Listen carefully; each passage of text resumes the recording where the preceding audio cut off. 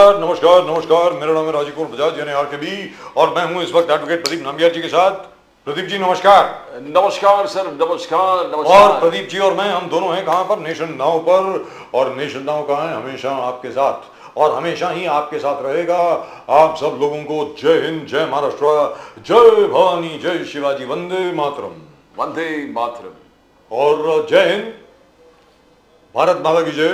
Pradeep ji, so the Chinese Premier, Mr. Xi Jinping, met the Indian Prime Minister, Mr. Narendra Modi, after 5 years. They had a formal bilateral meeting. 5 बरस के बाद एक formal bilateral meeting हुई है, and that too, I believe, after the line of actual control deal was signed. Yes. Now, whether it's been delivered or not, we don't know. I don't really know whether it's been delivered. I'm amazed. So, but you need to admit today, India boldly declared that this meeting was called at the behest of China. yes, Now that's some statement, because usually Indian government has always been very discreet about these things, especially where China is concerned, not taking any kind of bravado where things are going out of context and declaring something that will spoil the relationship. But here, they have told very bluntly that this meeting was in fact initiated by the Chinese. that's right. So, which is the reason why, now this is of course with Vladimir Putin, which is the reason why, if you notice, at the meeting of Xi Jinping and Mr. Modi, Mr. Xi Jinping is actually waiting for Mr. Modi to come. Yes, exactly. और आप देखें मोदी जी अपना हाथ आगे करते हैं, then he suddenly realizes that Xi Jinping is moving forward. And then they're shaking hands over there. He gave an indication that we'll shake hands there. I mean, that's Yes. what indication. Let us go there and shake hands. Yes, and no hug. the traditional Mr. Modi hug was missing between Xi Jinping and. But I rarely know anybody that the Chinese premier has ever given a hug. except Mr. Modi. when he came twice. एक तो जितने भी बड़े Sabarmati summit देखोगे, I never saw him give a hug to anybody. एक तो साबरमती में और एक वो दूसरा साउथ में. Yes, You know? yes. But I hope to God something good comes out of this. We can't afford tensions with China. Let's be very, very clear. We need better trade relations and so on and so forth. और जो India, Russia, China एक जो nexus बन रहा है, as a kind of counterweight to the West, which is fantastic. I think that's the way to go forward. All right, that of course is about Mr. Modi and Mr. Xi Jinping. In the meantime, in Maharashtra, MBA has finally Moving towards a patch-up. Finally they finalise their seats. 65 सीटें जो हैं वो उद्धव ठाकरे सेना ने declare कर दी हैं और कांग्रेस की भी सीटें तकरीबन ऑलमोस्ट तैयार ही हैं। और as far as Mr. Sharad Pawar is concerned, he's been ready. As people close to Mr. Sharad Pawar say, he was born ready. So I don't think there's anything to worry about over there.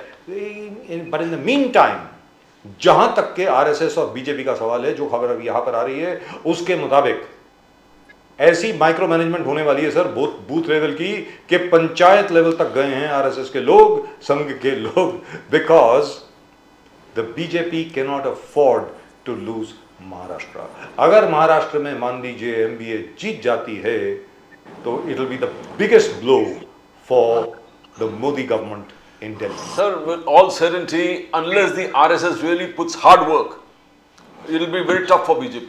RSS को खुद ward level पे जाकर काम करना पड़ेगा, जो पहले घर घर जाके करते थे। अगर आरएसएस को नाराज कर दिया बीजेपी ने किसी काम के वजह से, और किसी before the Lok Sabha election JP Nadda जिस प्रकार से बात किए थे, अगर ऐसे कुछ इंसिडेंट्स होते हैं, then I think it's going to be very very difficult. जी आज 23 तारीख, वेरी डिफिकल्ट फॉर बीजेपी। मैं एक छोटी सी बात आपके सामने रखता हूँ। आज अक्टूबर 23 है, 20 नवंबर को चुनाव है। आपके घर में कोई संघ से आया अभी तक? बट फीलर्स तो उनके तरफ से सब जा रहे हैं, चाहे वो मोहन भागवत जी हो या अलग अलग संघ के डिफरेंट लेवल पे। सर मैं घर की बात कर रहा हूं। They were talking about patch up। वो तो क्लियर कट पब्लिक प्लेटफॉर्म पे वो कह रहे हैं कि we are working for the BJP.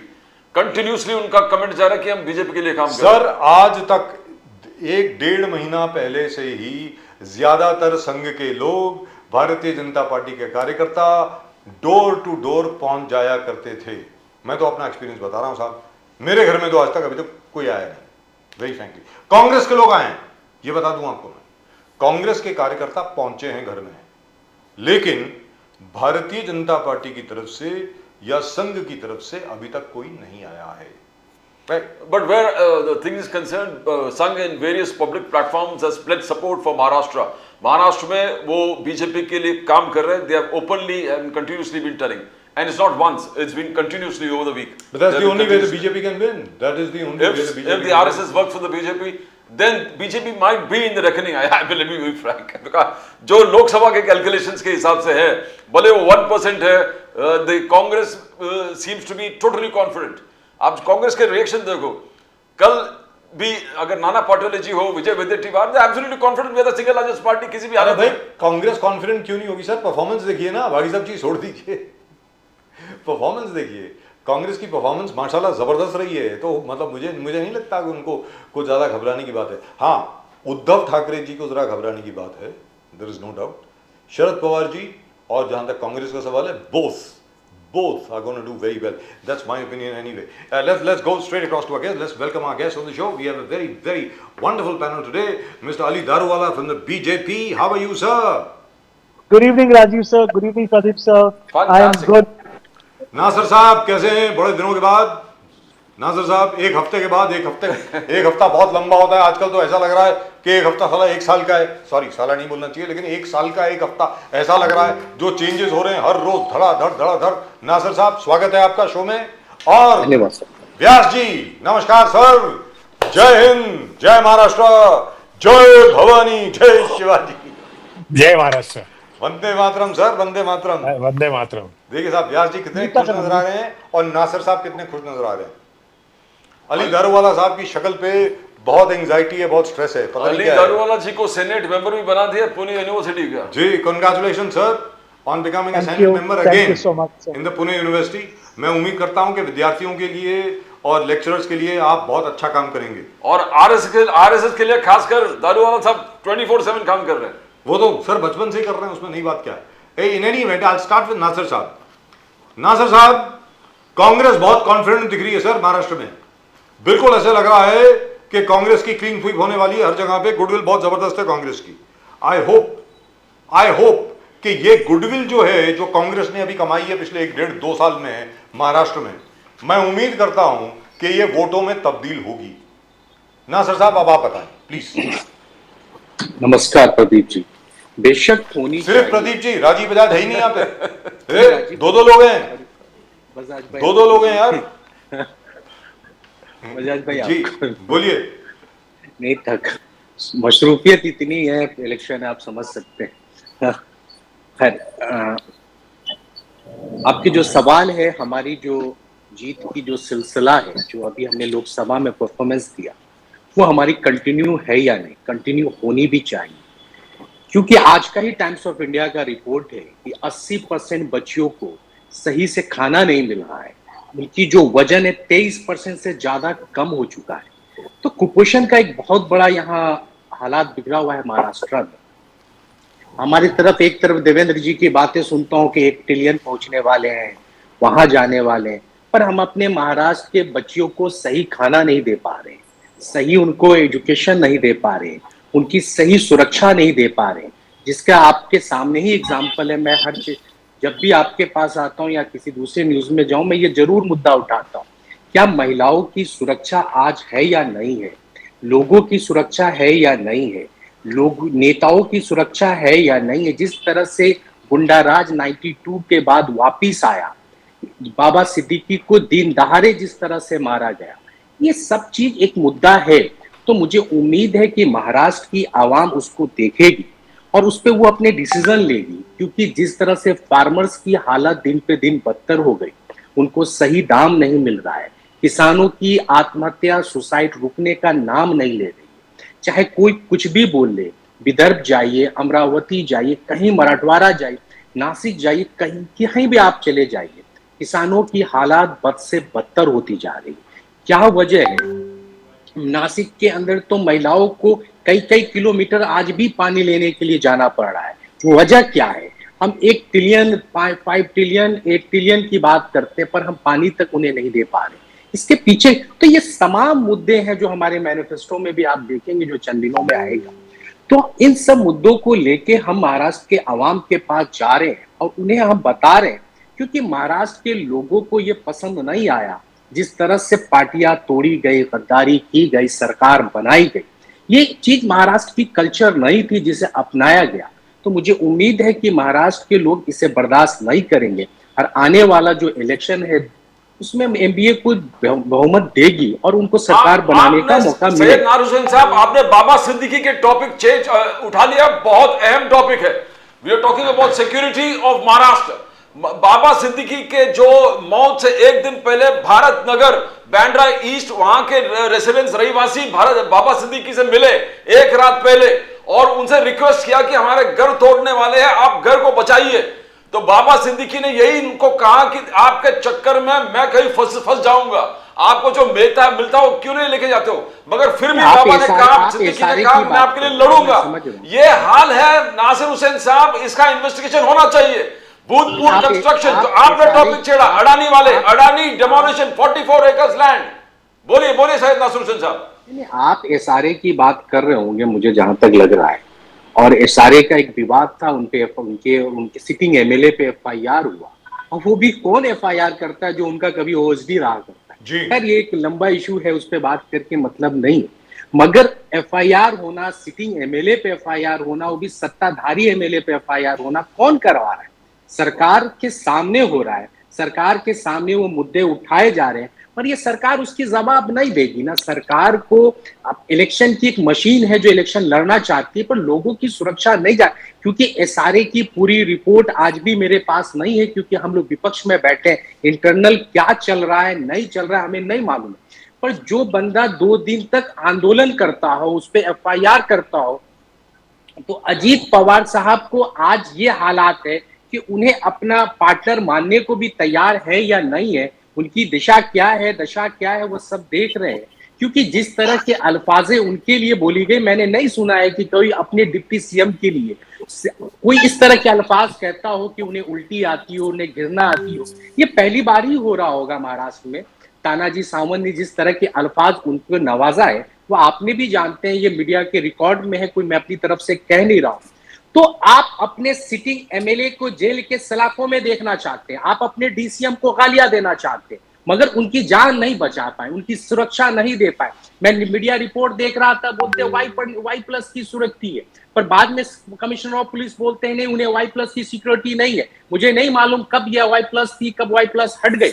ये सारी एक जांच का विषय है। ये सारे भी उसमें एक आता है, शाहिद अलवा का क्या रोल है, ये सब एक जांच का विषय है। यहाँ पर अडानी है, भूतपूर्व कंस्ट्रक्शन, सुनिए ना, सरकार, ये जब तक ये सरकार है, इस पे जांच नहीं होगी, सरकार बदलने दीजिए, इस पे गहन जांच होगी।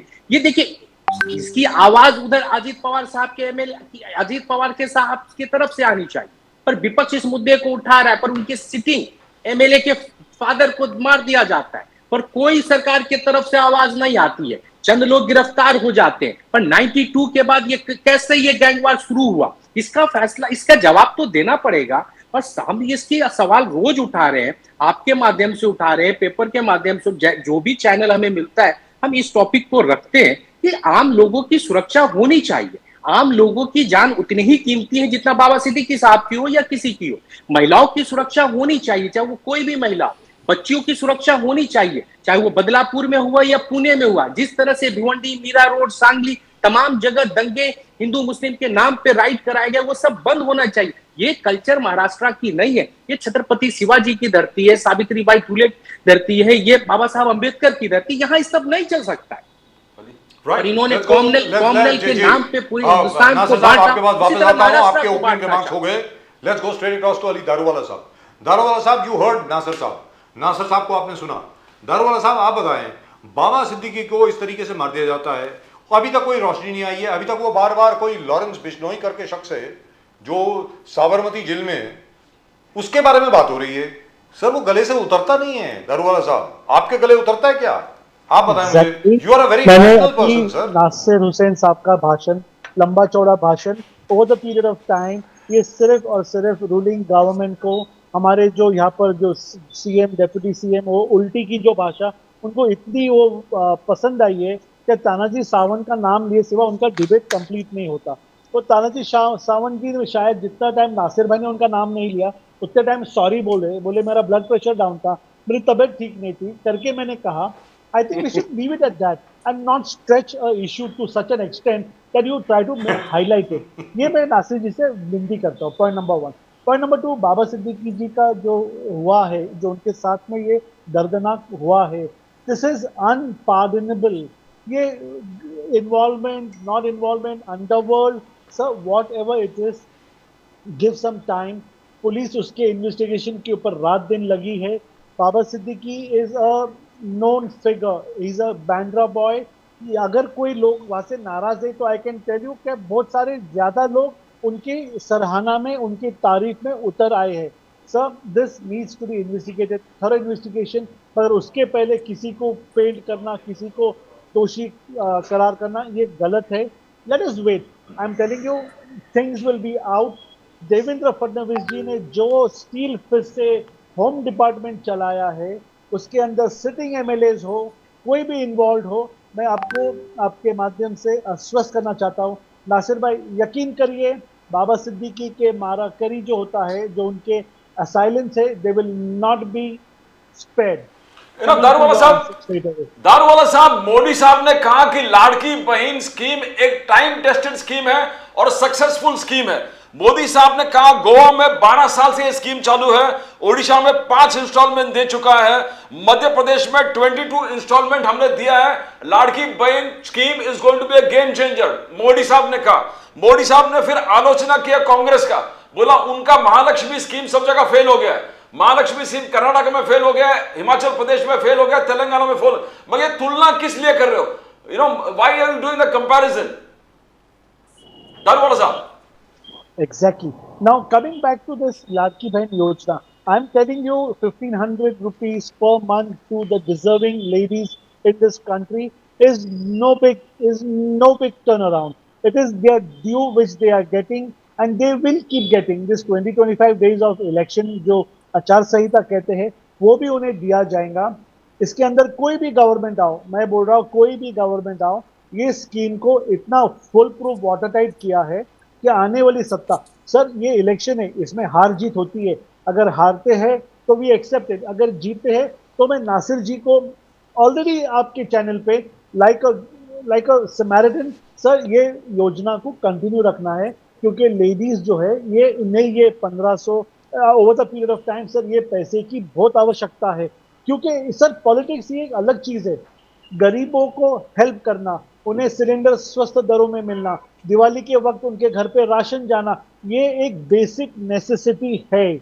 इसके अंदर इलेक्शन का रिजल्ट जो भी आवे, मगर आपके चैनल पे मैं ये रिक्वेस्ट करता हूँ, हम आएंगे तो इसको कंटिन्यू रखेंगे इंशाल्लाह। नासिर भाई अगर आप आते तो प्लीज लाड़की बहन योजना के साथ में do not interfere. Right. So, Darwala Saab, one small little question before I go across to Vyas Saab, and this concerns you particularly, and I am sure Nasir Saab will also have something to say about it when I come back to him after Vyas Saab has spoken. Sir, today the Supreme Court had something very interesting to say, especially with regard to the National Commission for Protection of Child Rights. You know, they have filed a petition against the madrasa system. वो चाहते हैं कि पूरा मदरसा system जो खत्म कर दिया जाए, बंद कर दिया जाए। सर सुप्रीम कोर्ट ने आज उनसे पूछा है, why are you only concerned with madrasas? Have you equally treated institutions of other religions? बाकी धर्म के जो इस प्रकार के इंस्टीट्यूशंस हैं, क्या उनके खिलाफ आपने कोई एक्शन लिया है इस प्रकार का? ये सुप्रीम कोर्ट ने पूछा है सर। और साथ में ये भी कहा है कि it is our duty to maintain India's diversity. Hindustan की डाइवर्सिटी को खत्म मत कीजिए, ये सुप्रीम कोर्ट की हिदायत है एनसीपीसीआर को। इसके बारे में कुछ कहना चाहेंगे सर? दारूवाला साहब।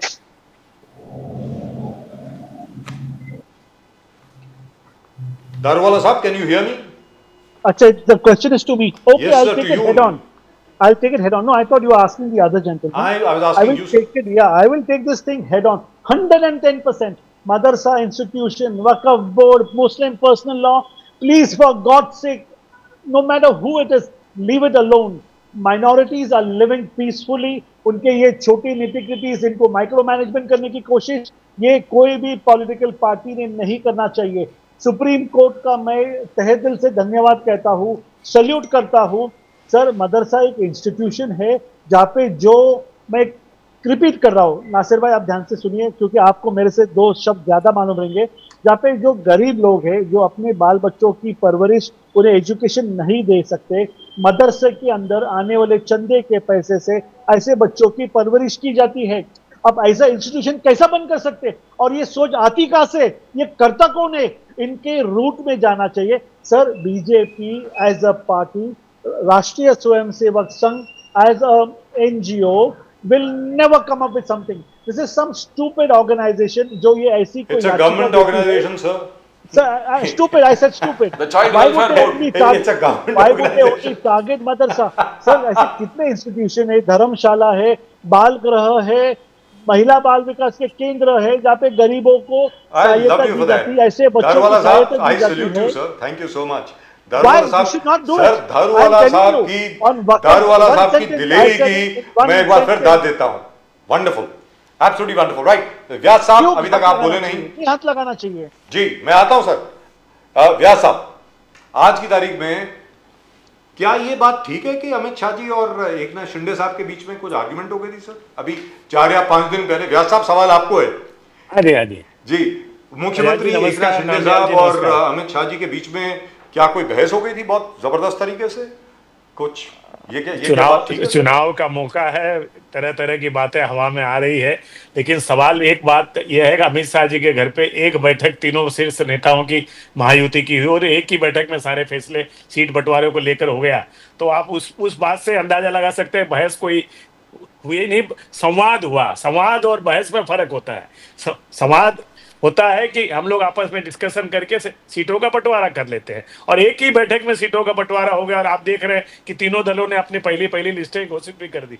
तो किसी भी तरह का विवाद या हार्ड टॉक जिसको आप मेरे से कहलवाना चाह रहे हैं वो उस तरह की कोई मैं चीज नहीं कहला नहीं है। सर व्यास जी, ये आरोप आप मुझ पे नहीं लगा सकते। नहीं, मैं आपसे कुछ नहीं कहलवाना चाह रहा हूं, जो इस मेरे तरह की सामने कोई- पूछ रहा हूं।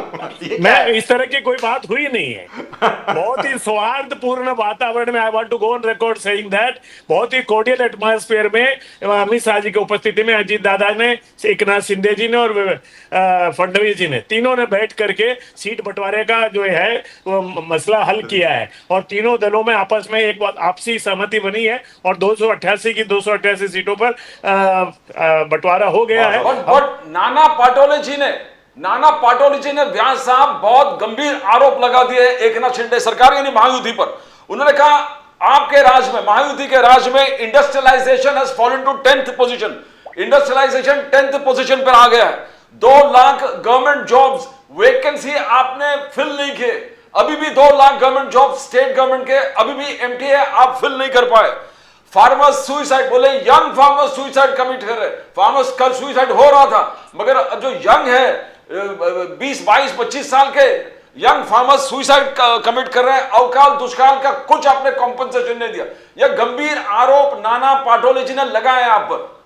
व्यास जी, अंबियार जी, पाटोले जी विपक्ष के एक दल के अध्यक्ष है प्रदेश के। अब उनको चुनाव के समय आरोप लगाना उनकी ड्यूटी बनती है और वो लगा रहे हैं, लेकिन सच्चाई कुछ इससे अलग है। सच्चाई ये है कि पिछले 2.25 साल 30 जून 2022 को जब से वर्तमान मुख्यमंत्री एकनाथ शिंदे जी ने शपथ ली है मुख्यमंत्री के रूप में, महाराष्ट्र में जिस तेजी से और जिस असरदार तरीके से महाराष्ट्र की जनता की सेवा हो रही है, विकास के कार्य हो रहे हैं, इंफ्रास्ट्रक्चर डेवलपमेंट हो रहा है, युवाओं के लिए अलग अलग योजनाएं आ रही हैं, महिलाओं के लिए जो योजना आ रही है, बुजुर्गों के लिए जो योजना है, वो जनता को अच्छी लग रही, वो जनता के मन में भाई है। और आप देखेंगे कि 20 नवंबर को जब चुनाव हो जाएगा और 23 को हम मतगणना करेंगे, पटोले जी की बात क्या सही है या मैं जो कह रहा हूं वो बात सही है, वो आ जाएगी। अब वो बहुत लंबा तो है नहीं, घोड़ा मैदान दूर है नहीं। अब तो 20 नवंबर को मतदान होना है। पटोले जी को तो कहना जरूरी है क्योंकि वो विपक्ष में है और हमको आत्मविश्वास है जो काम हमने जनता के प्रति अपनी कर्तव्य निभाया है, तो वो एक हम उस स्टूडेंट के जैसे हैं जो परीक्षा के लिए तैयारी करता है। हमने तैयारी की अपना कर्तव्य निभाकर और हमें आत्मविश्वास है कि जनता हमको हमारा प्रत्युत्तर देगी और विश्वास देगी। इसलिए हमें पटोले जी की बात से पैसा पकड़ा गया है कि शिवापुर टोल नाका पर बापू शाहजी पाटिल, तरह तरह के नाम हैं जो एकनाथ शिंदे साहब के साथ जुड़े हुए एमएलए है, उनके नाम आ रहे हैं। संजय राउत जी कह रहे हैं 5 करोड़ नहीं 15 करोड़ एक्चुअली था, 5 करोड़ पकड़ गए आपने। तो ये क्या पैसे का नंगा नाच देख रहे हैं जो कांग्रेस और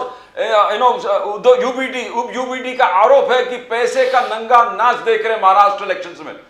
कैसे इसका आप सामना करोगे? नाम्बियार जी, खेड़ शिवापुर कहाँ है और साजी बापू पाटिल का संगोला विधानसभा क्षेत्र कहाँ है?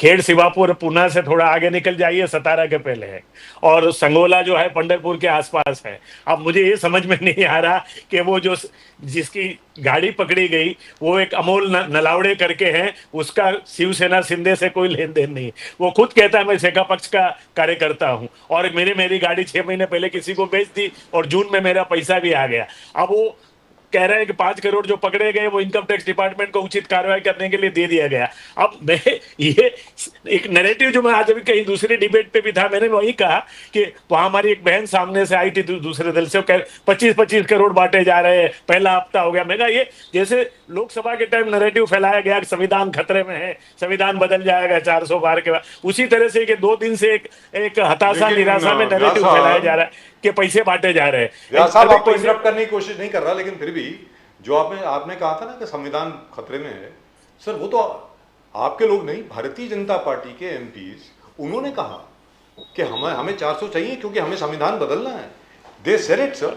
बजाज साहब भी कर्नाटक के हैं, हमारे एक यूपी के हैं और एक राजस्थान के। उन्होंने कहा सर दो बीजेपी के नेताओं ने कहा, उनकी एक की तो टिकट कट गई और फिर उसके बाद मोदी जी जो सर्वोच्च नेता है इस समय हमारे यूपी के एनडीए के, उन्होंने आकर के कहा इस तरह की कोई बात नहीं है, संविधान के साथ कोई खिलवाड़ नहीं होगा, संविधान बदलने के। तो मोदी जी के शब्द अंतिम शब्द है, उसके बाद कोई दूसरी कोई क्या कह रहा है क्या नहीं कह रहा है तो कोई मतलब ही नहीं रखता ना। लेकिन व्यास जी तो वो झूठा नैरेटिव तो नहीं हुआ ना। जैसे for example Rahul Gandhi ji America में थे, उन्होंने ये कहा कि जब सब लोगों का स्तर एक जैसा हो जाएगा तब हम रिजर्वेशन को मिटाने का हम सोच सकते हैं। तो वो छोड़ करके आपने ये पकड़ लिया कि राहुल गांधी रिजर्वेशन के खिलाफ हैं, आरक्षण के खिलाफ हैं, तो आप कर सकते हैं तो वो भी कर सकते हैं। सर पॉलिटिक्स है, नहीं करेंगे क्या? हमने बजाज जी कब कहा कि हम संविधान की मौलिक भावना को बदल देंगे? नाम्बियार जी आपने नहीं कहा। नहीं, नाम्बियार जी जानते हैं कानून के वो एडवोकेट हैं, मैं भी एक वकालत करता हूं कि केशवानंद भारती के 1973 के 13 जजों के सुप्रीम कोर्ट के जजमेंट के बाद इस देश के संविधान की मौलिक भावनाओं को कौन बदल सकता है? 106 अमेंडमेंट नहीं, आप 1000 अमेंडमेंट ले आइए, मौलिक जो सिद्धांत है हमारे संविधान के उनको बदलना मुश्किल है। जो हमारे फंडामेंटल राइट्स हैं उनको कोई चीज बदल नहीं सकता। तो ये जो एक नैरेटिव फैलाया गया, एक असुरक्षा की भावना जनता के, उसका असर निश्चित रूप से कुछ न कुछ हुआ, उनको लाभ भी मिला, लेकिन एक चेक को हम बार बार एनकेसमेंट नहीं कर सकते ना। नासर साहब, एक चेक को बार बार आप एनकैश नहीं कर सकते, यानी संविधान खतरे में है, बार बार वो नहीं चलेगा। नासर साहब समझ गया। और दूसरी चीज जो अभी अभी सुप्रीम कोर्ट ने आज जो कहा है मदरसों को लेकर के, मदरसा सिस्टम को लेकर के, एनसीपीसीआर को इनफैक्ट उन्होंने सुप्रीम कोर्ट ने लताड़ा है कि कर क्या रहे हैं आप, सिर्फ एक ही रिलीजन के ऊपर आप क्यों फोकस कर रहे हैं? अब आप बोले नासर साहब प्लीज। नहीं, अभी हमारे भाई दारूवाला साहब ने कहा कि गरीबों को सिलेंडर फ्री मिलना चाहिए या सस्ता मिलना चाहिए। उनकी बात अच्छी है ये कि उनको सस्ता मिलना चाहिए, पर इनकी सरकार ने क्या सस्ता दिया है? सवाल ये है। 1200 रुपए सिलेंडर का प्राइस इन्हीं के सरकार में रही है और किसी नेताओं के मुंह से यह आवाज नहीं आई कि ये इतनी 1200 रुपए क्यों गैस के सिलेंडर का दाम है, किस तरह से गरीब अपनी जिंदगी काटेगा। तो कांग्रेस की एक सरकार थी राजस्थान में जो 500 रुपए में दे रही थी, अब भारतीय जनता पार्टी मध्य प्रदेश में 1200 रुपए में दे रही है, गुजरात में 1200 रुपए में दे रही थी, महाराष्ट्र में 1200 में दे रही थी। पर हमने उस पर अलगाम लगाने की कोशिश की, राजस्थान से शुरू किया, कर्नाटक में कम किया, हिमाचल में कम किया, तमाम जगह हमने किया और जगाने का काम किया कि गरीब आदमी को आप इस तरह से नहीं मार सकते। अभी आपने कहा मदरसे की बात, ये किसका है? ये पूरा एजेंडा आरएसएस और भारतीय जनता पार्टी चलाती है।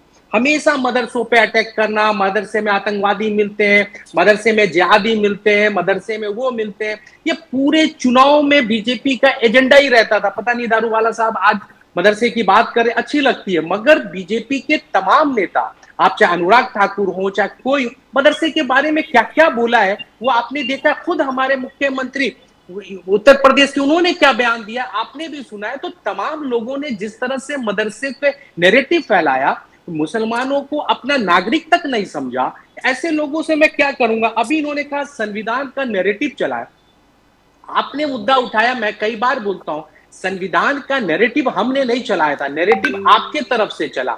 आपके member of parliament mister Hegde ने कहा था, मिस पार्लियामेंट मिस्टर लल्लू ने कहा था हमें 400 सीट चाहिए, हम संविधान बदल देंगे। अभी आपकी एक झूठ मैं पकड़ता हूं, आपने बोला एक की टिकट कट गई, पर लल्लू जी के लिए अयोध्या में प्रचार करने खुद हमारे देश के प्रधानमंत्री खड़े थे, उनके साथ घंटों उनके लिए रोड शो कर रहे थे। तो कैसे मैं मान लेता कि संविधान खतरे में नहीं है। जो इंसान 400 सीट मांग रहा है संविधान बदलने के लिए, और आप भी जानते हैं संविधान में कुछ चेंज करना है, 362 सीट चाहिए, वो 400 अबव मांग रहे थे। आप वकालत करते हैं तो वन नेशन वन इलेक्शन का जो सगुफा था 362 वोट आपको मिल जाता, तो आप वन नेशन वन इलेक्शन थोपने की कोशिश करते, तो जनता ने आपको रोक दिया। आपने क्यों नहीं लल्लू पे कार्रवाई किया, क्यों नहीं हेगड़े पे कार्रवाई किया? और आप बोलते प्रधानमंत्री ने कहा बाबा साहब अंबेडकर भी आ जाए तो संविधान नहीं बदल देंगे। अरे ये वही प्रधानमंत्री है जो कहते थे हर साल में 2 करोड़ लोगों को नौकरी देंगे, कौन सा वादा पूरा किया? ये वही वो प्रधानमंत्री है जो कहते थे सबके खाते में 15 लाख आ जाएगा, वो क्या आ गया? यही वो प्रधानमंत्री है जो कहते थे 40-50 दिन में मैं काला धन हिंदुस्तान को में ले आऊंगा, क्या वो आ गया? अरे आपके हर बात झूठ निकली तो कौन उसके बात पे एतबार करता? तो मैं कहता हूं आप लोगों ने जिस तरह का अडानी के साथ घोटाला किया, 10,000 करोड़ महाराष्ट्र सरकार का पैसा आप लोगों ने बांट दिया, पूरा धरा भी बेच दिया, आप लोगों ने कभी सवाल उठाई? तो संविधान खतरे में है, हम लोगों ने जब उठाया तो एक इशू था, लोगों पे खतरा था, बोलने की आजादी बंद कर दी थी, लोग बोलते थे संसद के अंदर तो संसद से बाहर कर दिया जाए। पहली बार हुआ कि 200 एमपी सस्पेंड हो गए, किसके सरकार में हुआ? भारतीय जनता पार्टी के सरकार में हुआ। तो अगर विपक्ष को कौन चुनती है? भारत की आवाम चुनती है। भारत के चुने हुए प्रतिनिधि को आप संसद में बोलने नहीं देंगे तो ये क्या संविधान पे हमला नहीं था? क्या ये लोकतंत्र पे हमला नहीं था? आप कहते नासिर हुसैन साहब, फडणवीस ने कहा, देवेंद्र फडणवीस ने कहा महायुति के आज ही कल ही 7,000 करोड़ इन्वेस्टमेंट दारूवाला साहब के पुणे में हुंडई प्लांट का उद्घाटन किया। $1 ट्रिलियन इकोनॉमी, 1 ट्रिलियन इकोनॉमी की तरफ फडणवीस जी, मोदी जी स्टेट, एकनाथ शिंदे जी स्टेट को लेके जा रहे हैं।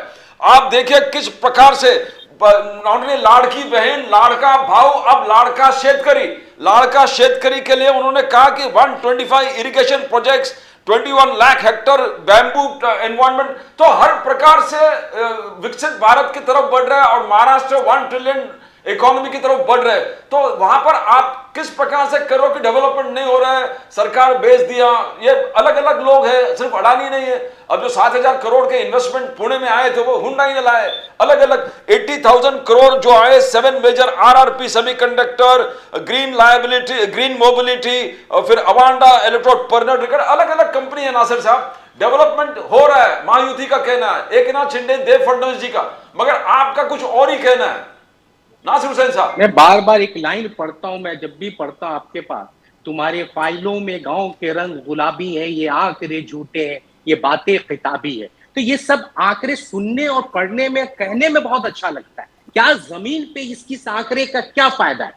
जहां के बच्चियों को कुपोषण हो, वहां उनको सही खाना ना मिल रहा हो, और आप ये आंकड़े 1 ट्रिलियन की दिखाए। आज का टाइम्स ऑफ इंडिया का रिपोर्ट है 80% बच्चियों को सही खाना पोशाक नहीं मिल रहा है, और आप बोल रहे हैं ये 1 ट्रिलियन की। अरे किसान हमारे सुसाइड कर रहे हैं, आप बोलते हैं फार्मर्स के लिए काम हो रहा है। कौन सा ये 1 ट्रिलियन काम करना है और 5 ट्रिलियन इकोनॉमी का? जहां के लोग सुरक्षित नहीं हो, जहां के बच्चों को खाना सही नहीं मिल रहा हो, उनको शिक्षा सही नहीं मिल रहा हो, उनको पानी सही नहीं मिल रहा हो, और आप बोल रहे हैं 1 ट्रिलियन। अरे डेवलपमेंट रोज की प्रोसेस से डेवलपमेंट होनी चाहिए। ऐसा नहीं है कि डेवलपमेंट पहले नहीं हो रहा था, डेवलपमेंट होता रहेगा और होता रहा है और होता रहेगा। मगर जो चीज मुद्दे पे मैं बात कर रहा हूं, आप ये सवाल क्यों नहीं उठाते कि आज 80% बच्चों का कुपोषण के शिकार महाराष्ट्र में क्यों है? इसका जिम्मेदार कौन है? फार्मर क्यों सुसाइड कर रहे हैं, इसका जिम्मेदार कौन है, कौन जवाब देगा? हम अच्छी अच्छी बातें सुन के हम इन बातों को नहीं भूल सकते। हमारा काम नहीं है सरकार की अच्छाइयां गिनाना, हमारा काम है सरकार की कमियों को गिनाना। विपक्ष का यही काम है। हमें हमें उसके लिए सरकार के पास लाखों करोड़ों का बजट है। जो अच्छा काम करते हैं आपके चैनल पे ऐड देके महाराष्ट्र के लोगों को बता सकते हैं, पर उनके बुराइयों को कौन लाएगा, उनके नाकामियों को कौन लाएगा? वो विपक्ष ही लाएगी, क्योंकि विपक्ष को जनता ने ही, आवाम ने ही चुना है, चाहे महाराष्ट्र की हो या हिंदुस्तान की हो, आवाम ने ही हमें चुन के भेजा है। तो हम इनके नाकामियों को, उस 80% बच्चियों के लिए क्यों नहीं बात उठा रही है? एक बार भी मैं नहीं सुन रहा हूं। जो मैंने पहले ही कमेंट में कहा, आज टाइम्स ऑफ इंडिया का रिपोर्ट देता है कि महाराष्ट्र के बच्चियों की हालत खराब है, उस पर कोई सवाल नहीं है। तो आप हुंडई के 1 ट्रिलियन की बात करें, अरे हमें नहीं चाहिए वो बिलियन और ट्रिलियन की बात, जो भी 80% बच्चियां हमारी कुपोषण की शिकार होती। ना दारूवाला साहब ये सही है, दारूवाला साहब कांग्रेस का चाहिए। आपने 7,000 करोड़ का प्लांट लगाया पुणे में, बट जो ये क्रॉप इंश्योरेंस आप बोलते हैं 1 रुपया है, फार्मर्स ये एंटी फार्मर है, टोटल एंटी फार्मर है। फार्मर को कहते हैं कि 72 आवर्स के अंदर तुम अपना कंप्लेन फाइल करना चाहिए, जो भी लॉस हो गया वो 72 आवर्स में कैसे करे? बोल रहे ऑनलाइन भरो, कहां से फार्मर भरो? लाइट आपने प्रोवाइड नहीं किया, ऑनलाइन कहां से भरेंगे? दुष्काल है, हेवी रेनफॉल्स है, अनसीजनल रेन्स है, कहां से इंटरनेट वहां पर नहीं, आप बोलते ऑनलाइन फॉर्म भरो। योजना ये कंपनी के लिए है, योजना फार्मर्स को कोई बेनिफिट नहीं है। ऑनलाइन कैसे भरेंगे? और डिस्प्यूट मैकेनिज्म में सरकार को कोई रोल ही नहीं है। सरकार बोल रहे हैं आप और कंपनी डील करो। तो एंटी फार्मर है दारूवाला साहब। ये 7,000 करोड़ का आप बोल रहे कि ये मशीनरी लगा दिया, हुंडई चालू कर दिया। खेती जो फार्मर्स है, दे आर सफरिंग। दारूवाला साहब, नाजिर हुसैन जो आवाज उठाया वो कांग्रेस का आवाज है। नाना पटोले जी ने आज ही वो स्टेटमेंट दे दिया है। Exactly. Pradeep sir, Nasir bhai has been able to convince you that BJP is anti-farmers.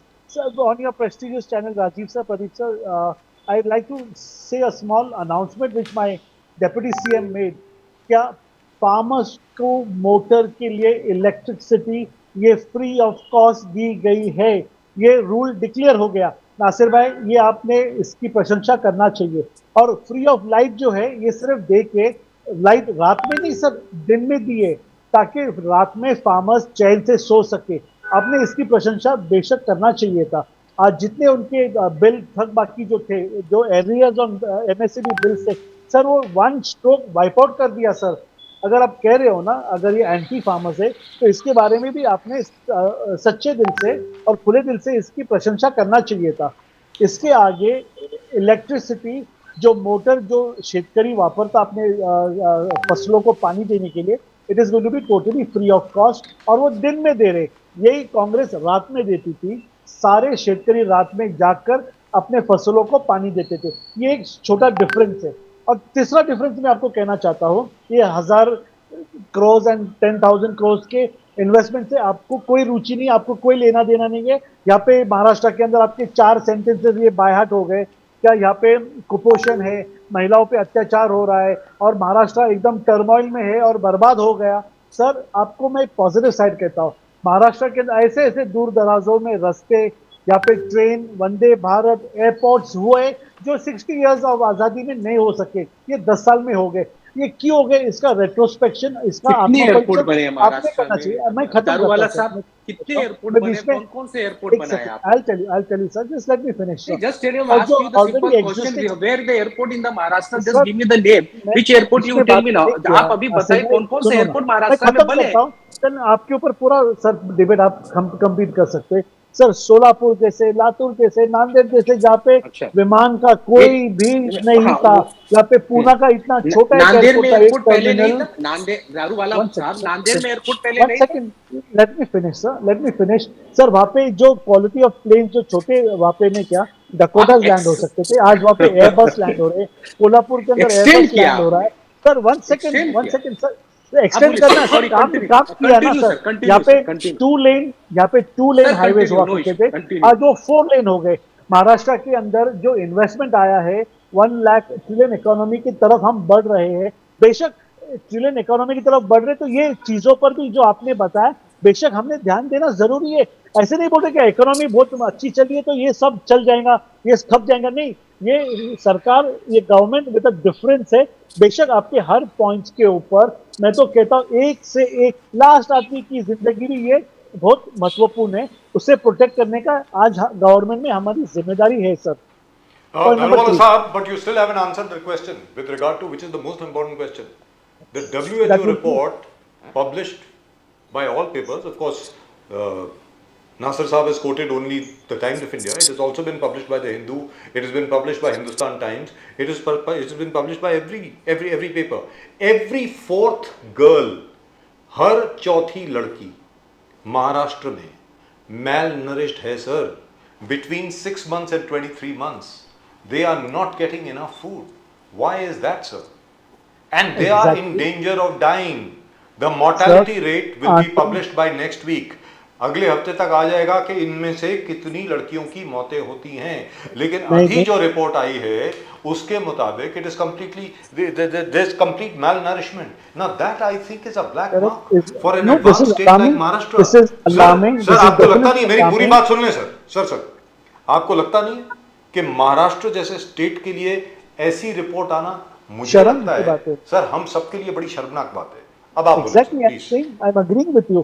So what I'm telling you, the government tries to reach out to girls who are in Anganwadi, who are in school, till a 10th standard, वहाँ पर उनके जो एक mid day meal का scheme चलता है, वहाँ पे वेज, नॉन वेज, एग्स, वहाँ पर आप देखिए दूध। नासिर भाई, आप कबूल करेंगे, आप बिल्कुल कबूल करेंगे, स्कूल में जो खाना दिया जा रहा है उसके अंदर जो भी पहले घोटाले हुए थे उसके ऊपर एकदम सख्ती से गवर्नमेंट सीरियसली ये बच्चियों पे, गरीबों के स्कूल में ये खाना वहाँ पे पहुँचाने का काम, ये करप्ट सप्लायर्स को निकाल के ईमानदार सप्लायर्स को लाने की हमने पहल कोशिश की है। अब ये मानेंगे या नहीं मानेंगे ये आपके ऊपर है। हाँ, मगर ये जो रिपोर्ट आया नासिर भाई, 6 months to 26 months, ये जो छोटे बच्चे घरों में होते हैं, सरकार वहाँ पे नहीं पहुंची।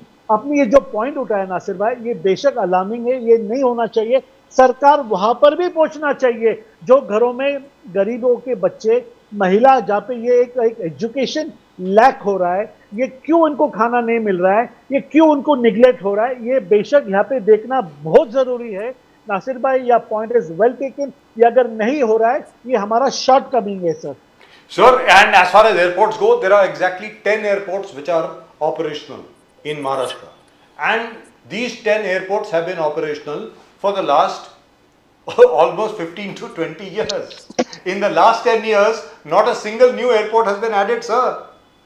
Sir, these 10 airports have been operational for a long Rajiv sir, time. one second, one second. And, No, you're and trying there to are read 15 between the lines. airports, airstrips which were shut down. You are trying to read between the lines. The Udan schemes at this airports have been launched, whereby the government is paying for the tickets partly, not fully, over here, so that जो यातायात है इसके अंदर तो customers उसको use करना लगे। Sir मैं कहता हूँ फॉरगेट, चलो छोड़ दो सर, पूना का जो मैं आंखों धोए का हाल आपको बता रहा हूँ सर, 1-2 टर्मिनल का एयरपोर्ट हुआ करता था, आज वहाँ 12 टर्मिनल का एयरपोर्ट है।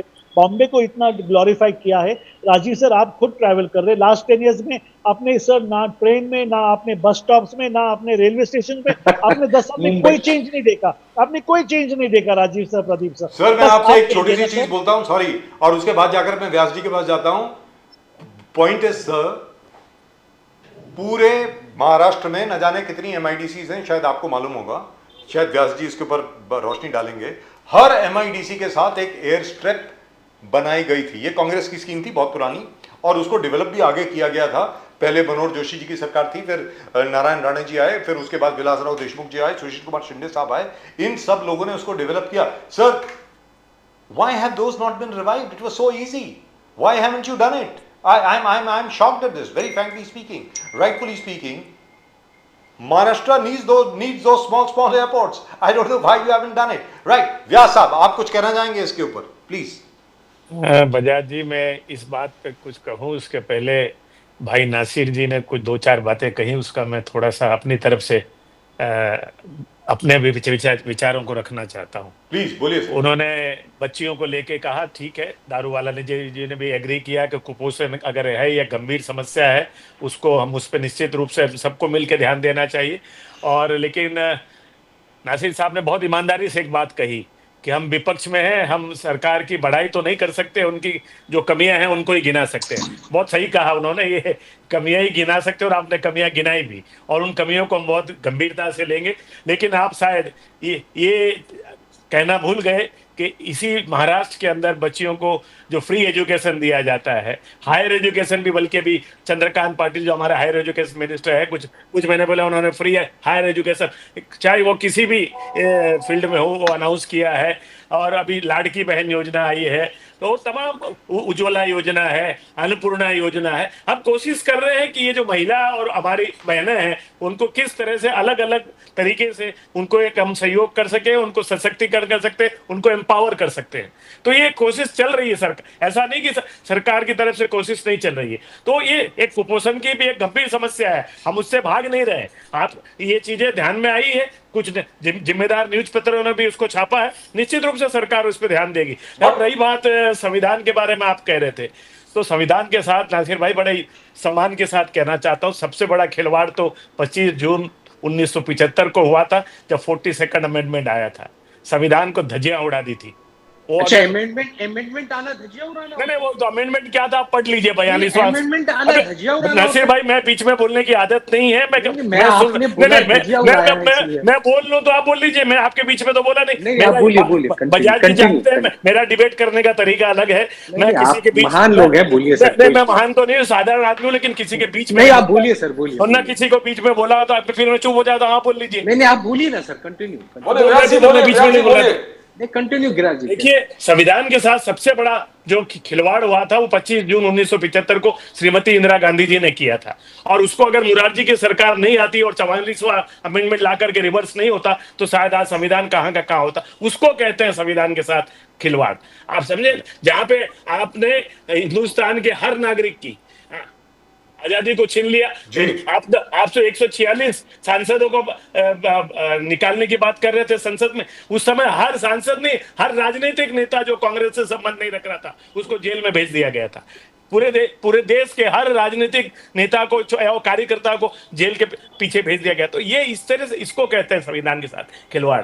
आप इसको संविधान के साथ खिलवाड़, संविधान हत्या दिवस मना रहे व्यास जी, संविधान हत्या दिवस मना रहे, इसीलिए मनाना पड़ रहा है कि जनता को इतिहास याद दिलाना पड़ता है कि जो हमारे बारे में अंगुली उठा रहे हैं तो 4 अंगुली आपकी तरफ भी आ रही है। इतिहास को पढ़ लिया कीजिए पहले, इतिहास में किसने खिलवाड़ किया। व्यास जी, ये आपका डेवलपमेंट दिख रहा है, हम देख रहे हैं कि समृद्धि महामार्ग दिख रहा है, शक्तिपीठ पे काम, शक्तिपीठ महामार्ग उस पर काम दिख रहा है। वाधवन पोर्ट में 76,000 इन्वेस्टमेंट करोड़, 76,000 करोड़ का इन्वेस्टमेंट दिख रहा है। 300 एकड़ सेंट्रल पार्क के लिए रिजर्व किया, वो दिख रहा है। टोल टैक्स आपने निकाला, वो दिख रहा है। बीएमसी को बोला, सब दिख रहा है।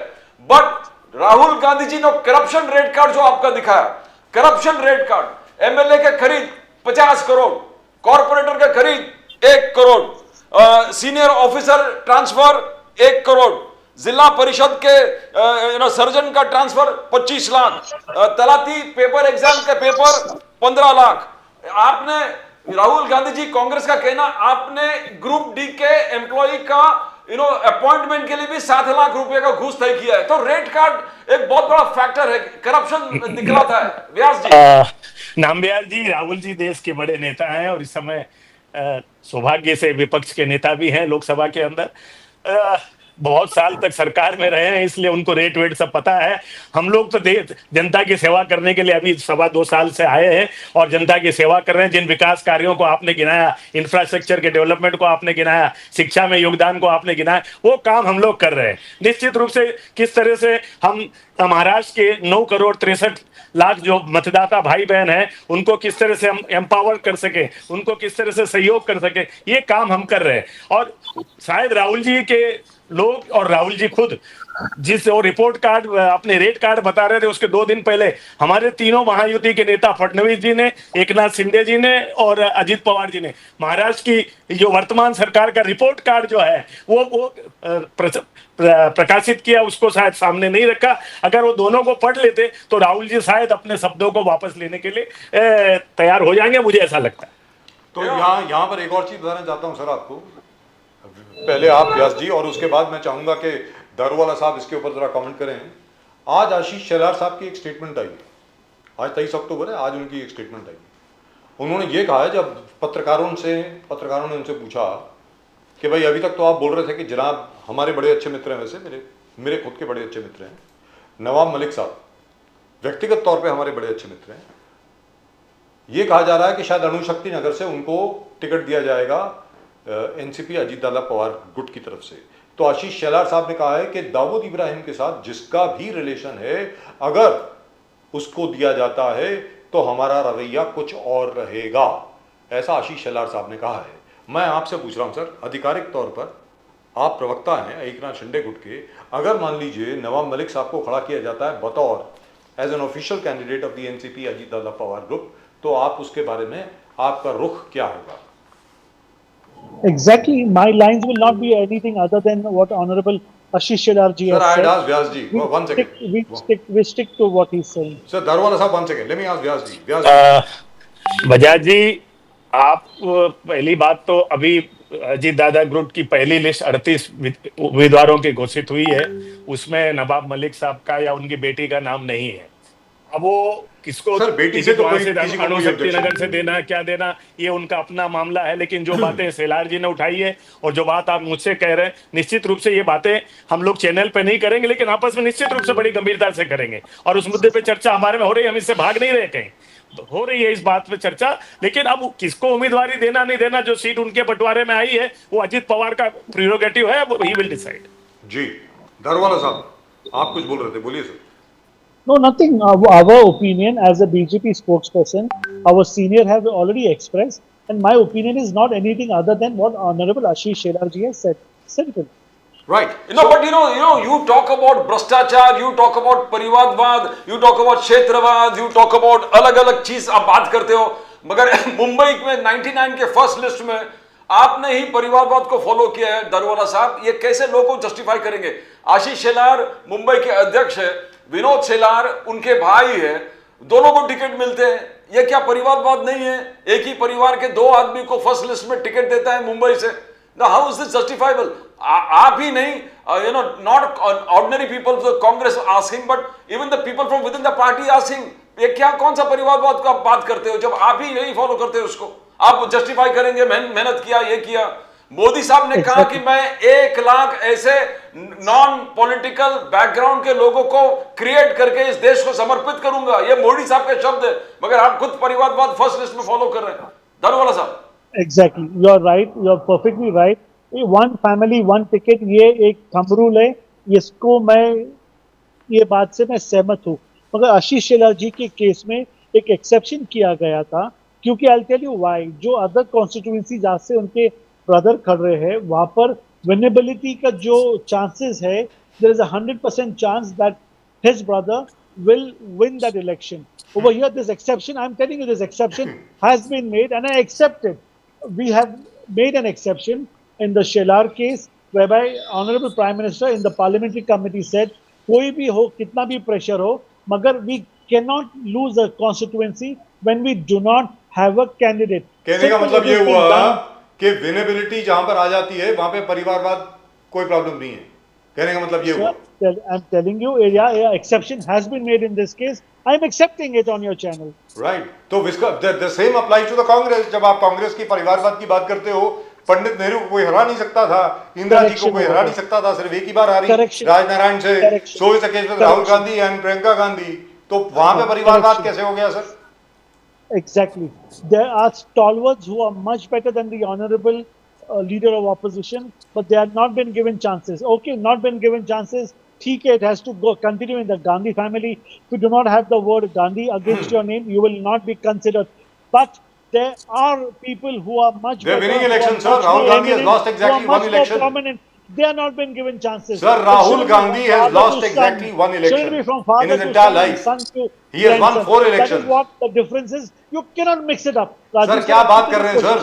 What is sauce for the goose is sauce for the gander.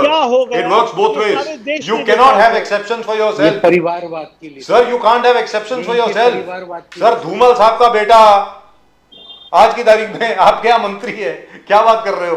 Nasir साहब आप बताएं, प्लीज गो अहेड। नहीं, परिवारवाद का लिस्ट दिखा रहा हूँ जिन्होंने जिनको टिकट दिया है। अशोक चौहान साहब की बेटी को टिकट दिया है कि नहीं दिया? अशोक चौहान साहब को मेंबर ऑफ पार्लियामेंट उनकी बेटी को टिकट दिया। संतोष दानवे कौन है? राव साहब दानवे के लड़के। जी। आप बताइए, नीलेश राणे कौन है? प्रताप आसट कौन है? आशीष सेलार के कौन है? शंकर प्रताप कौन है? सुलभ गायकवाड़ कौन है? ये सब कौन है? सब आपके परिवारवादी तो है ये। तो बोलते ना, आप एक को उंगली उठाएंगे 100 उंगली आपकी तरफ भी घूम जाती है। तो आप लोग तो पूरी पार्टी ही परिवारवाद में रही, कल्याण सिंह की पूरी फैमिली ही परिवारवाद में रही।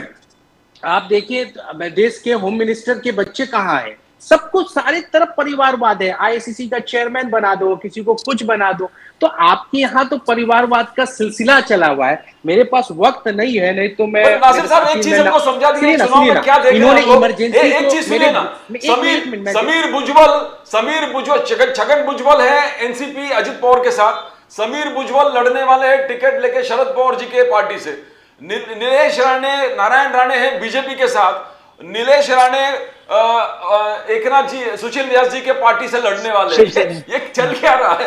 ये नहीं गणेश नायक पार्टी सब जगह एक इधर एक उधर एक उधर।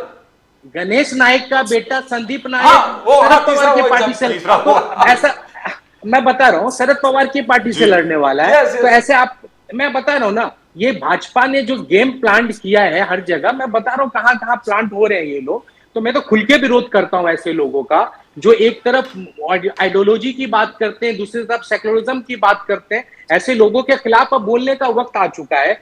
जो नीलेश राणे मस्जिद में घुस के मारने की बात करता था, मैंने नहीं सुना दारूवाला साहब ने कुछ बोला उसको टिकट दे दिया। अभी मदरसे की हिमायती कर रहे थे मेरे दारूवाला साहब, एक बार भी अल्फाज से नहीं निकाला। उसकी हिम्मत कैसे हुई कि मस्जिद में घुस के मारूंगा? आपने कौन सी आवाज उठाई? चाहे एकनाथ शिंदे साहब के वक्ता बैठे, आपने क्या क्रिटिसिज्म किया? क्या आपने आज तो उसको टिकट देके आपने नवाज, आप क्या जवाब देंगे जब आपने उसको टिकट दिया? यानी आपने सर्टिफिकेट दे दिया है। सुन लीजिए ना सर, मेरी बात खत्म हो जाए क्योंकि वक्त बहुत कम है।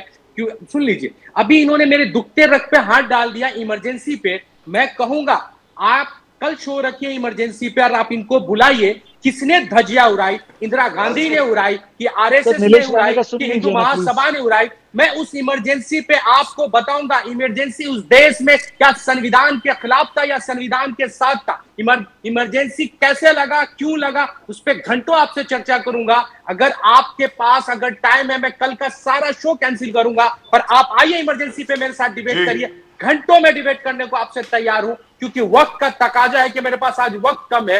नहीं तो मैं आपसे अभी भी 2 घंटा बात करने को मैं तैयार था, मगर आपने इमरजेंसी को जिस तरह से झूठ फैलाने की कोशिश कर रहे हैं, मैं आपको उसमें आईना दिखाऊंगा कि गलत आप थे, हम सही थे। क्योंकि बार बार बोलते हैं मेरे जुनू का नतीजा जरूर निकलेगा, इसी स्याह समुंदर से नूर निकलेगा। तो मैं दारूवाला साहब कुछ बोलना चाह रहे हैं, बोलिए। दारूवाला साहब बोलिए प्लीज।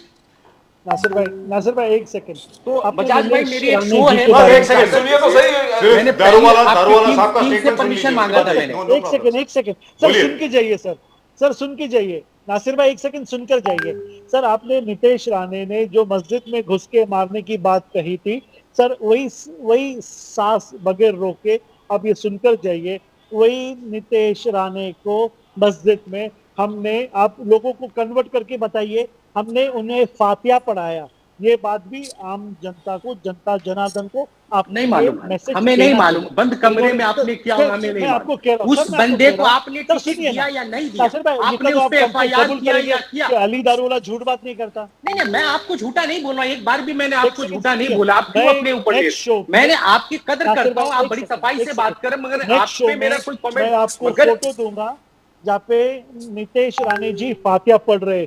सर ये एक अचीवमेंट है या नहीं है? बस इतना आप कहकर जाइए। यही चीज अगर माइनॉरिटी का नासिर हुसैन बोल देता कि मंदिर में ये होगा, मैं जेल के सलाखों में होता। मेरे से आप मंदिर में पूजा नहीं करा रहे होते, ये इंगेजमेंट नहीं होता। गुनाह का सजा उसको जेल होना चाहिए था, ना कि उसको फातिहा पढ़ाना चाहिए। अगर नासिर हुसैन अगर कोई प्रायश्चित करता तो उसे खुशी खुशी कबूल करिए। नहीं है, आप इसके लिए प्रायश्चित नहीं कर सकते। अगर ये अल्फाज नासिर हुसैन के मुंह से निकल जाता तो नासिर हुसैन की करियर खत्म हो गई होती। दारूवाला साहब, isn't that hate speech? And hate speech, there is a law. Supreme Court itself has said that hate speech will not be tolerated. Sir, it is a misinterpretation. I'll tell you one thing, sir. It is a misinterpretation. over here he was not talking about the Muslim community. One second. Sir, He was masjid, saying he was those not talking about people- Muslim community. So one second. Sir, Those masjid mein people koi who aur did jata this, hai. even if they hide in the masjid, I will remove them. Those culprits. He did not say about Muslims, even if they hide in the masjid. But anyway, over here मैं उनकी पहल नहीं कर रहा हूँ. मैं मुझे ये कह बजाज रहा हूँ भाई, सर, मेरी एक वही show है, आदमी please ने मुझे फातिया इजाजत पढ़ा. दीजिए। Right. नासिर फिर भाई मिलते हैं। जाते जाते Thank you, फोटो ये है thank ना, you. आप जाहिर Thank you, करने Biyaz ji. देंगे. Thank you everyone. नासिर साहब बहुत बहुत शुक्रिया आपका. नाइस मीटिंग यू नासिर भाई, नाइस मीटिंग. नासिर you, भाई sir. Thank Thank you you. So much. And Daruwala साहब I think you also have to go.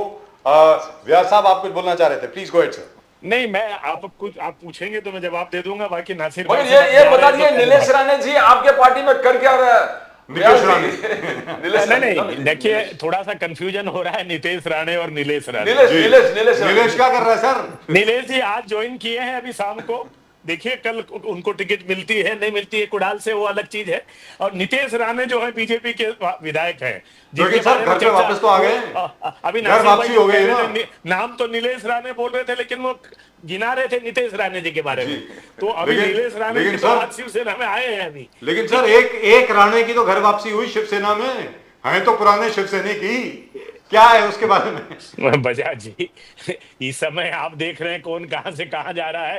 Sir बड़ा कंफ्यूजन हो रहा है सर. सर महाराष्ट्र में बहुत कंफ्यूजन है, कौन कहां जा रहा है किसी को समझ में नहीं आ रहा. व्यास जी आप ही कुछ समझाएं हमको. समीर भुजबल शरद पवार से था, छगन भुजबल अजित पवार जी के साथ, नारायण राणे जी बीजेपी के साथ, नीलेश राणे आपके साथ, और जो गणेश नायक जी बीजेपी के साथ, और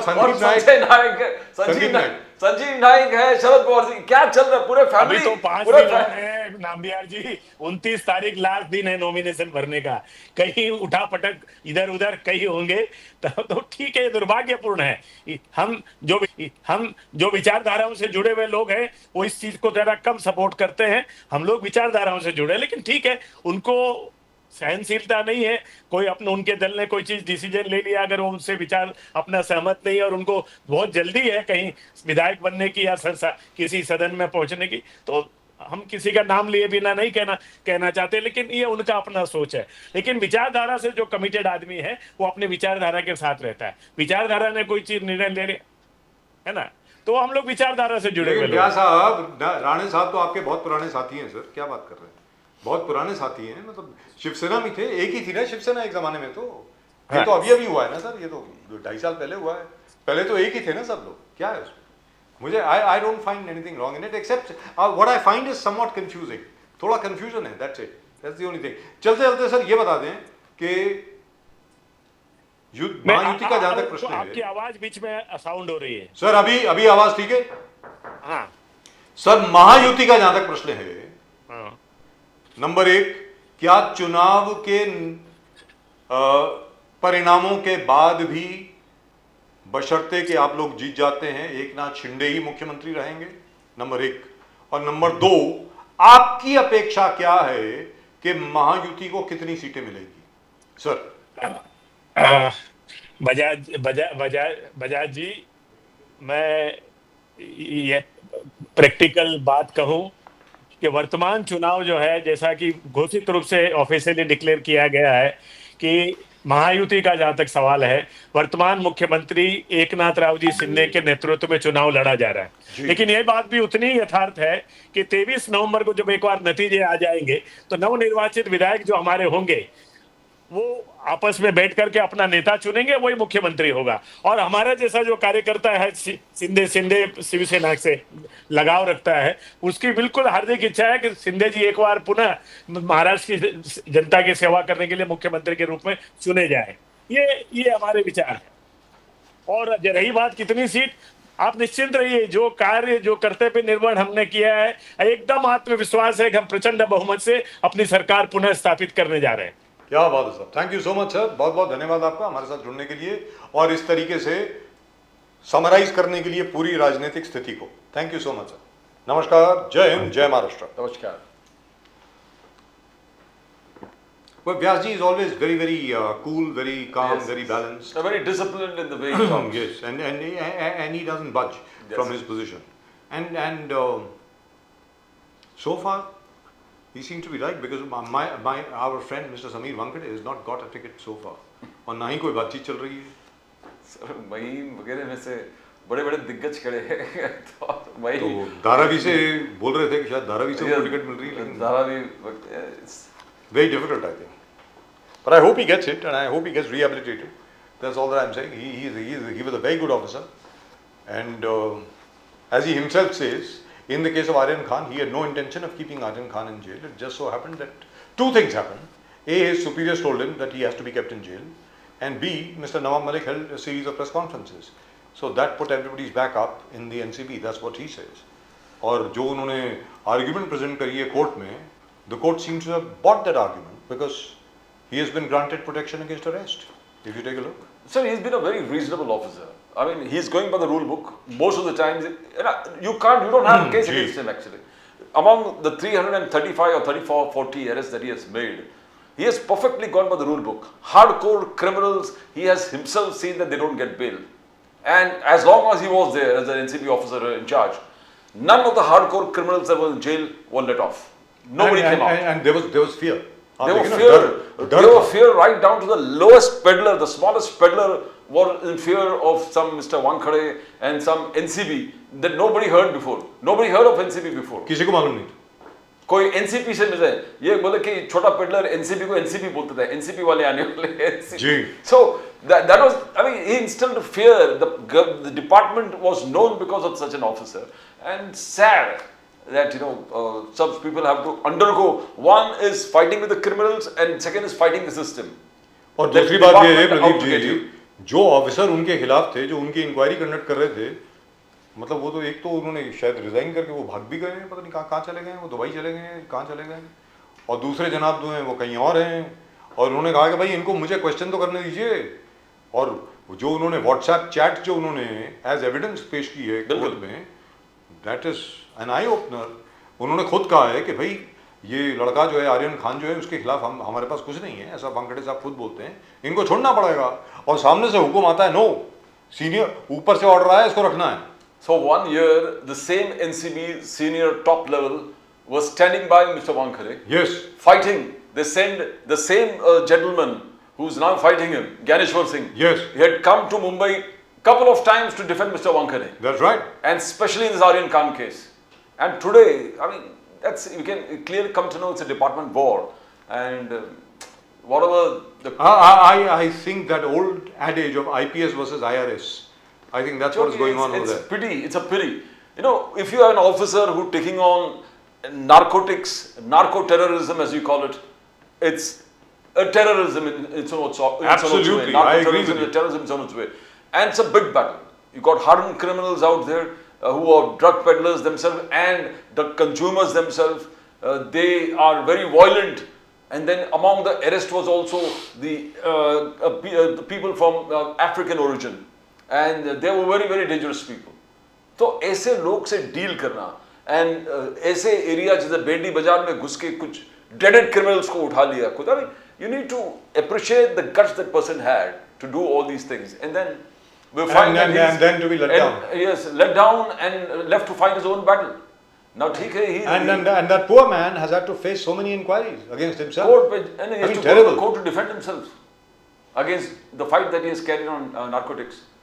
Nobody has carried such a big war where Mumbai, Maharashtra is concerned against narco-terrorism and narcotics. कहने का मतलब ये हुआ कि वो पुराना एडिज जो था, अगर आप बड़े शरीफ, ईमानदार और बड़े देश प्रेमी अफसर हैं, तो आपके देश प्रेम को ही आपको वहीं पर आपको अटैक किया जाएगा और आप जो हैं आपको डिफेंड करना पड़ेगा अपने आप को. Exactly. मतलब it is like saying hey listen I am an Indian. अगर आज हमें कोई कह दे कि you prove that you are an Indian, that's exactly what is being done to this man. I mean that's terrible. And his example, इससे पहले हम लोग जब ये लिस्ट लेके ये भाई ड्रग पेडलर्स है, in fact some of the officers who accusing of this, they themselves said यार हमें रात को चैन की नींद सोना है, आप कहाँ ये डी गैंग वालों के लिस्ट लेके हमारे पास आते हो, हमारे चैन की नींद आप छीनना क्यों चाहते हो? We don't want to fall into all this. हमारे ऊपर से ऑर्डर आएंगे, ये है, उस टिप पे हम वर्कआउट करेंगे और उस टिप पे हम जाके ले जाएंगे. He was the first man to take our list seriously. Yes, he went down. गंभीरता से सिर्फ समीर वानखेड़े साहब ने उस लिस्ट को गंभीरता से लिया और उसके ऊपर एक्ट किया. प्रदीप जी, एक या दो को छोड़ के जो 157 की लिस्ट थी, 155 को इन्होंने अरेस्ट किया. And dreaded criminals. And his fight was not until he arrested them. Yes. He saw to it that they'll never get a bail.